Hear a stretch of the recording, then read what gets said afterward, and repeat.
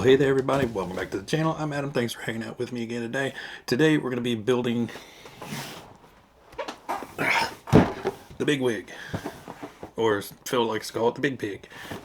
It is kind of a heavy kit, so I don't know how far along we'll get. I'm hoping I can get at least the chassis done in this video. Yeah, it's just not enough time, I think, to get it fully built, painted, all that stuff between now and when it's time for me to get it edited and uploaded. So I think today is going to be probably a part one. We'll see how it goes, but I'm pretty sure it's going to be a part one of building the chassis. Now, I'm not going to do a whole unboxing, but as normal, we're going to lay everything out on the bench, go to the once over, then I'm going to get everything started and hopefully come back with the chassis very soon.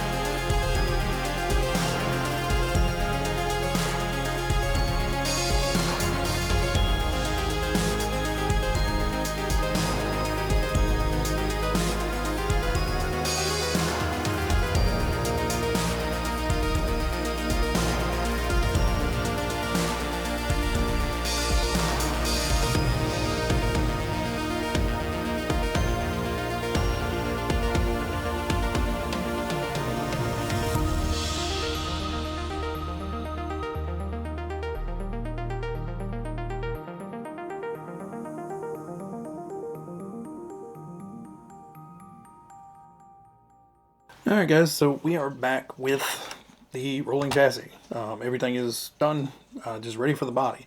The body, however, I'm not going to be able to get to right now. There's just a lot going on with that body. There's a lot of plastic pieces that go onto the body after it's painted, and I'm going to kind of have to get the paint masked off in the right spot.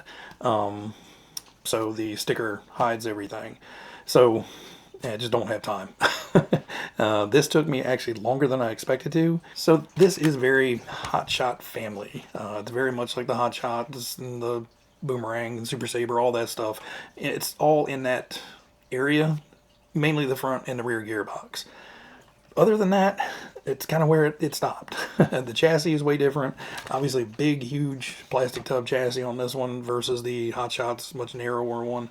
And then the steering on this, that took me a while. Not necessarily because it's hard.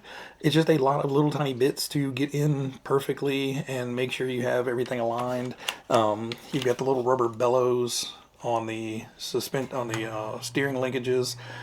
You know, they're not fiddly, but you just have to make sure they're in the right orientation, that, you know, the billow kind of tapers off. So it's like basically flat on one side and it kind of tapers off on the other side. You just have to keep flipping things around.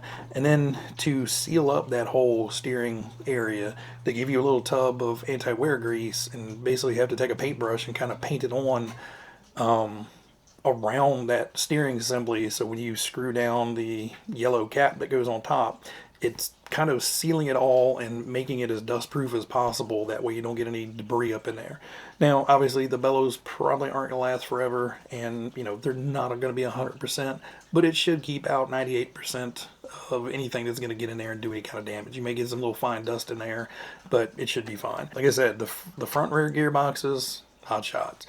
The arms, very, very similar, especially the rear. Fronts are very much the same with the pillow ball type pivots on each side. The arms on the front are way different. The arms on the rear are, you know, different, but, you know, still in the same ballpark. The motor is super cool, that you get that cool GT Tune motor with the Bigwig decal on there and everything. Sadly, you can't really see much of it. But, you know, it's there. So it was nice of them to include it. The bearings, now in some of the pictures you guys may have seen that there are some metal shielded bearings and then there's some blue rubber shielded bearings. The kit comes with all metal shielded bearings and they're fine. I just prefer on places where there's going to be a lot of dust and dirt that could pass through or get into the bearings. I want those rubber shielded bearings. So I did replace everything on the outside of the gearboxes. So anywhere there's a axle or, you know, input or output, there's rubber shielded bearings on there. And then the wheels and the hubs, there's rubber shielded up there. And the metal shielded I can use later on down the road in other kits inside transmissions, and keep my rubber shielded bearings for, you know, the dirty bits. I have to paint the driver figure, obviously paint the body, get the roll cage on, get all the decals on. So it's going to be a two-part one, unfortunately. I do think I'm going to take the time to paint the valve covers back here, just because, you know, they're there. Why not? I can just brush paint those on real quick. Basically, I'll just pull the shocks off the top, let them come to the side.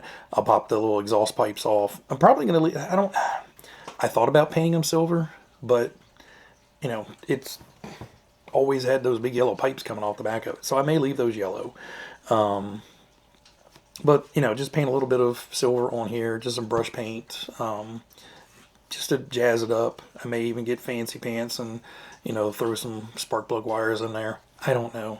But for now, we have the rolling chassis. I hope you guys enjoyed kind of the build montage. I tried to take as many pictures as possible this time. So if you guys have not built one of these yet, there are some tips and tricks to help you out when you're putting stuff together. So I'm going to quickly go through the manual and just kind of point out the areas that maybe I can give you guys some tips if you have not built this or one of the Hot Shot series cars yet. There's some things that can drive you particularly bonkers if you don't have a quick way of doing it.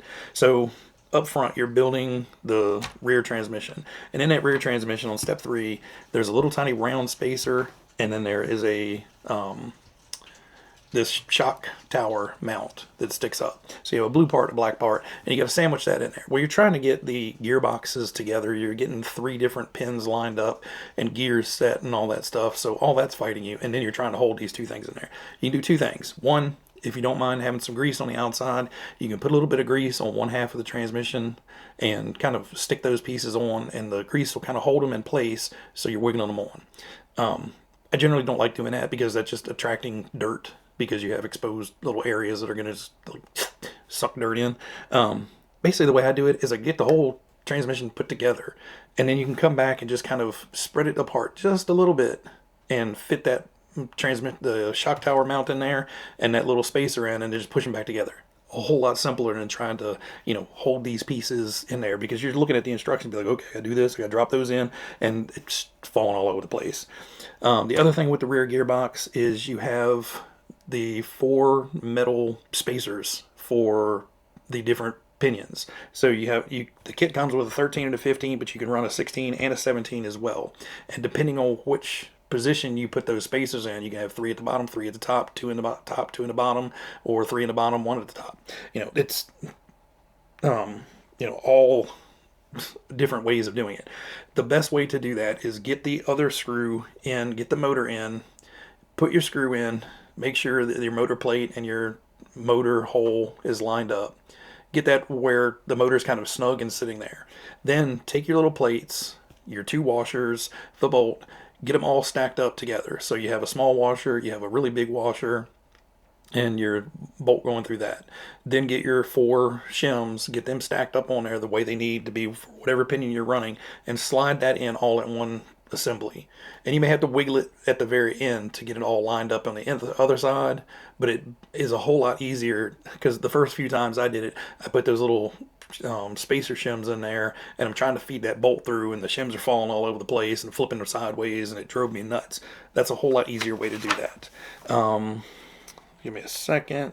So on the front, the only thing you have to put in is this one body mount, and just do the same thing. Get the transmission together, get everything seated, and just open it up like 1/8 of an inch or so, and you can kind of clip that little motor mount in there. You may have to open it up a little bit more than the rear, but it will just kind of sit down in there, and then you can close everything back up, because everything should already be lined up. When you open up your kit, it's going to smell funny. And the reason it smells funny is these little foam strips. Once they air out a little bit, they don't smell bad. But when you first open the kit, you're like, it's got this weird, funky, chemical, plasticky, fishy smell to it. It's these little rubber strips. Now, you're going to need these for the battery tray. The battery tray in here is set up for a big, long 7-cell pack. So you have to put the foam strips in there to shrink it up for standard LiPo or 6-cell nickel metal hydride, whatever you're running in it. It shows you cutting out all the little strips and stacking them up and all this stuff. The best way to do it is, you've got markings in here. It says, actual size, scale stuff. Cut one of the short one, cut one of the long one, and then peel that off, stick it to your strip. And that way you just cut the strip where that one is, and you just do that until you get 4 of the long ones, and then 2 pairs of 4 short ones done. Now for the short ones, on one side of the chassis, it just drops right in and sticks in. On the other side of the chassis, it's shaped a little bit like this. The chassis is. So once they were all stuck together, I just trimmed it so it's curved a little bit and fits in there, so you're not having that foam, because there's like an overhang in here like this, and if your foam is hanging out, then you're gonna just get dirt and crap and all this stuff stuck to the back of that foam tape. So I just trimmed it to make sure you're not getting a bunch of crud stuck to it. And if you do the cut it, stick it, cut it, stick it, cut it method, you'll have 2 or 3 strips of this stuff left. Yeah, because I've got, 2 full strips and a couple small little chunks left. So to give you more than enough of that. For the pivots in the front, I used to fight with the first time I built those. They were a fight. You've got a metal plate and a bushing, and then the ball stud. So basically the easiest way is stick the ball stud on your driver, stick that ball stud on there, stick your bushing so the cup side is facing the ball and it has a little prong sticking out, and then you take your metal stamped piece, and you want that to where the sharp area where the threads kind of have been cut are sticking out. Because basically what they do is they punch into there, make a hole, and then they thread it. So it kind of has a stub of thread sticking out. So once you do that, you just thread those onto your hubs. Now you get 2 sets of hubs in there. One set is connected to the parts tree, and you have another pair that are just connected together floating around. Use the ones that are floating around. I don't think they're any difference in plastic. They may be. But the biggest thing is these are not threaded. The ones that come molded in a pair are pre-threaded. So you just easily thread that little ball stud right in there, no problem. And then when you're going to attach them, you have 1 countersunk screw and 3 tiny little screws. Get your pivot, get your little bushing aligned so your holes are showing for your 3 tiny screws, and then use that countersunk screw to screw it down. And don't screw it down tight, just screw it down to it's snug, and then you can maneuver it just a little bit to start getting those 3 little tiny screws started. Once you have those started and all tightened up, come back and tighten down that countersunk screw. That I fought with a couple times when I was building it the first time. The other thing, like I said, the steering is very, very unique for this, and there's these 2 little I-beam looking things that mount to the side of your servo. That is where you would normally screw your servo mounts into. Well, they just float. Well, they get mounted firmly, but the servo just kind of floats there. They don't screw those little I-beams in anywhere else but to the servo. What you have to do is you have to get the whole gear and everything mounted to your servo, get those things mounted up, I wouldn't say loosely, just snugly, and you have to kind of stick it in and then put on the top cap that goes onto the steering. And when you put that top cap on there and press it down, you'll either feel that it's kind of binding it or that it picks up the rear end of the servo. Now, if it's picking up the servo, you need to push those little I-beam bits down, and you just have to adjust it so your servo, so basically your servo's sitting here, and if it's down too much, well, now your gear out here is sticking up and it's binding in the slot. So you kind of have to use those little things to get everything lined up.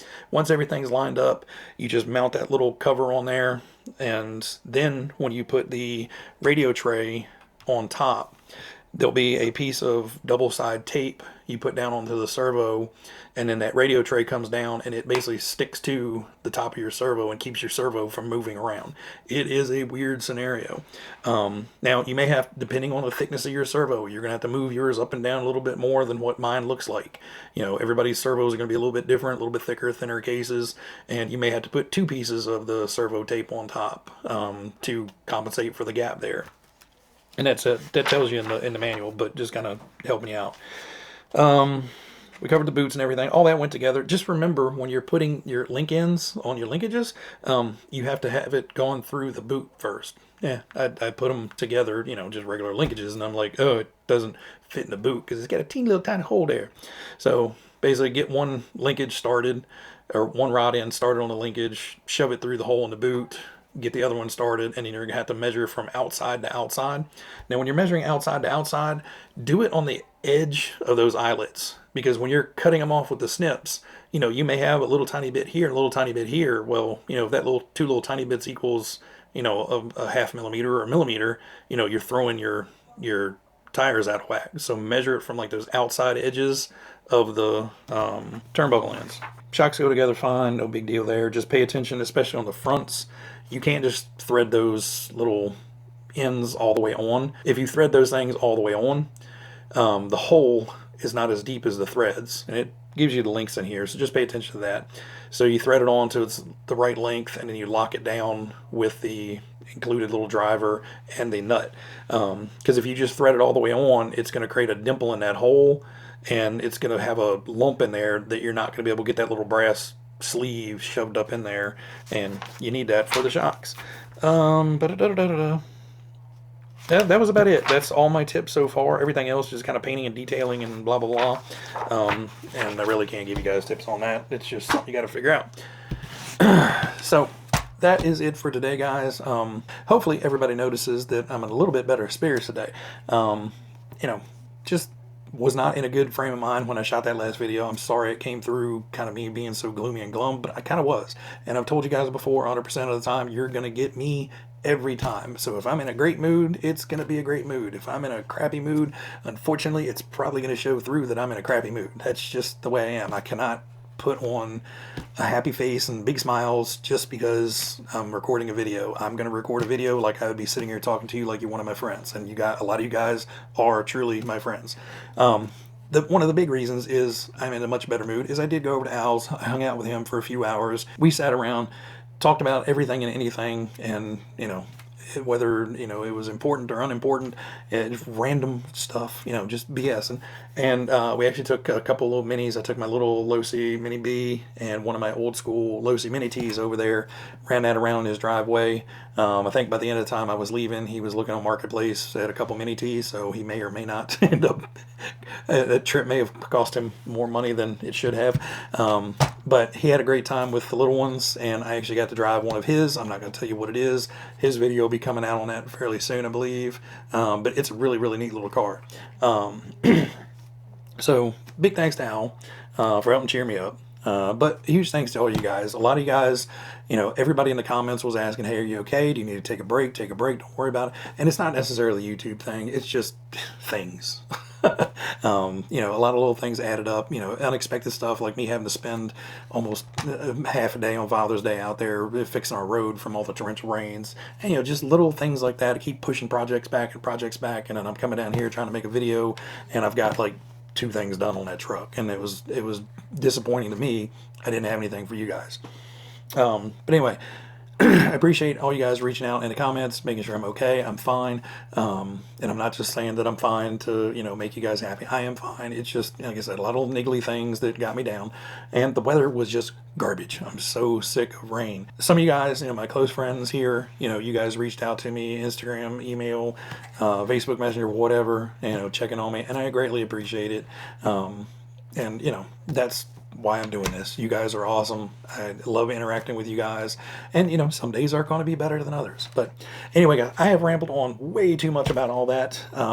Look forward to seeing this thing covered in the body. Hopefully I will get that done this weekend. But at this point, time is ticking. I got to get this thing upstairs on the computer, get it edited, get it out to you guys so you can enjoy it on Saturday. Everybody have a wonderful weekend. Everybody be happy, be healthy, be safe. And I will catch you guys on the next one. See you.